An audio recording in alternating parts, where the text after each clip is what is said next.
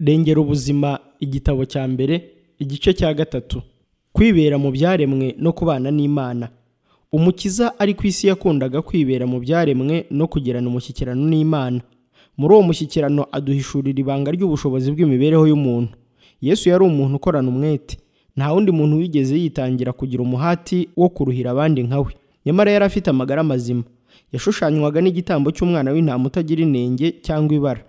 Petero wa mbere igice cya mbere umurongo wa 19. Ku mutima no ku mubiri yabaye urugero rwiza mu byo kumvira amategeko nk'uko Imana ishakira abantu bose. Yesu yari umuntu uhora ashaka kwisunga Imana. Nubwo yari umuntu woroheje kandi ntiyibonekeze, ubushobozi bwe butabasha guhishwa bwatangaje abantu. Igihe Kristo yakoraga umurimo we, abatasi bahoraga bamwoga runono ngo bashake uko babona ibyo bamurega. Ariko abanyabwenge bo muri icyo gihugu ntibabonye aho bamuturuka. Batangajwe n'inyigisho ze, ndetse byabaye ngombwa ko n'abanzi be bavuga bati, nta wigeze avuga nk'uwo muntu. Yohana igice cya 7 umurongo wa 46. Mu mibereho ya Yesu ya gikene, igihe yari umwana ntiyigeze yanduzwa ingeso mbi n'urungano rwo mu gihe cye. Ubwo yakoraga mu ibarizo ahigira kumvira no kumenyera umuruho, yagaruraga ubuyanja igihe yabaga areba ibyaremwe.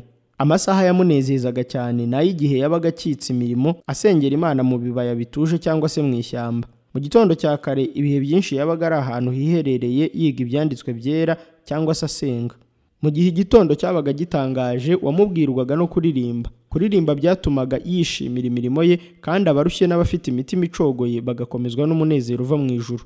Akenshi ibyo Yesu yakoraga yabikoreraga ahabona.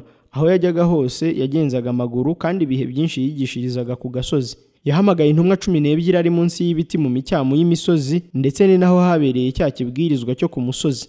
Kristo yakundaga gukoraniriza abantu hanze iyo ikirere cyabaga ari cyiza. Kubera ko yabaga akikijwe n'ibyo yaremye n'imirimo y'intoke ze, yavuvunuraga ibitekerezo by'abantu ku bihimbano by'amanjwe akabyerekeza ku mahame rusange. Bigiraga ku byaremwe ibyigisho by'ukuri kw'Imana. Mu minsi izaza abantu bazongera kwigira ku byaremwe inyigisho z'umwigisha wavuye ku Mana. Ibihe byinshi Yesu yarekuraga abigishwa be igihe runaka kugira ngo bajye gusura ingo zabo banaruhuke, ariko ibyo ntibyamubuzaga gukora. Nimugoroba cyangwa se mu gitondo kare yajyaga ku misozi agasenga se. Ibihe byinshi nyina na bene se batinyaga yuko imirimo imunaniza agira, kimwe n'impaka ahora ajya n'abigishwa b'Abayuda bizamuhitana. Ariko igihe yabaga avuye mu masengesho ya nimugoroba asoza umunsi, babonaga afite amahoro n'imbaraga. Amasaha yamaranaga n'Imana buri gitondo niyo yamushobozaga kugeza ku bantu umucyo wo mu ijuru. Igihe cyo kuruhuka. Igihe abigishwa ba Yesu bari bavuye mu rugendo rwabo rwa mbere rwo kubwiriza ubutumwa, bari bafite umunezero ushyitse nk'uw'integuza z'ubutumwa bwiza. Ariko urupfu rwa Yohana Umubatiza rwarabababaje cyane, rubaca intege. Yesu yari azi yuko kureka umubatiza akagwa mu nzu y'imbohe ari nk'ikigeragezo gikomeye ku bigishwa. Yarebye ukuntu bashavujwe n'amarira, abagirira impuhwe, arababwira ati, muze tujye ahantu hadatuwe hiherereye muruhukeho gato. Mariko igice cya 6 umurongo wa 31. Mu majyaruguru y'inyanja y'i Galilaya ahari akarere keza kari ukwako, kari gafite ubwatsi butoshye aho abantu bashobora kuruhukira biherereye. Aho niho abigishwa bishimiye kubonanira na shebuja. Yesu yamaranye n'abakunzi be akanya gato gusa, nyamara ibihe nk'ibyo byari ingirakamaro.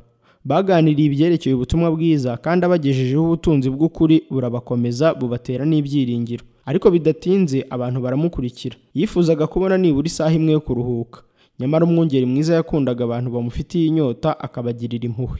Yarangije uwo munsi wose abunganira mu byo bakeneye, maze bugorobye arabasezerera ngo batahe baruhuke. Nubwo yari afite imibereho yo kwitangira gushakira abandi byiza, Umukiza yabonye ko ari ngombwa kugira igihe kidapfa cyo kugirana umushyikirano na Se. Igihe yabwiraga abigishwa be ko ibisarurwa ari byinshi ariko abasaruzi bakaba bake, ntarakabategeka gukora ubudahemuka, ahubwo yabategetse gusaba nyiri imyaka ngo yohereze abasaruzi mu murima we.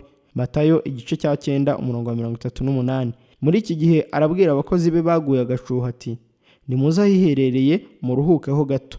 Abantu bose bakeneye igihe runaka gituje ngo bagire icyo batekereza, bagire icyo bigira ku byaremwe no kugirana umushyikirano n'Imana. Bakeneye imibereho y'inararibonye yo kumenya iby'Imana ishaka. Dukwiriye kureka Imana ikavugana natwe.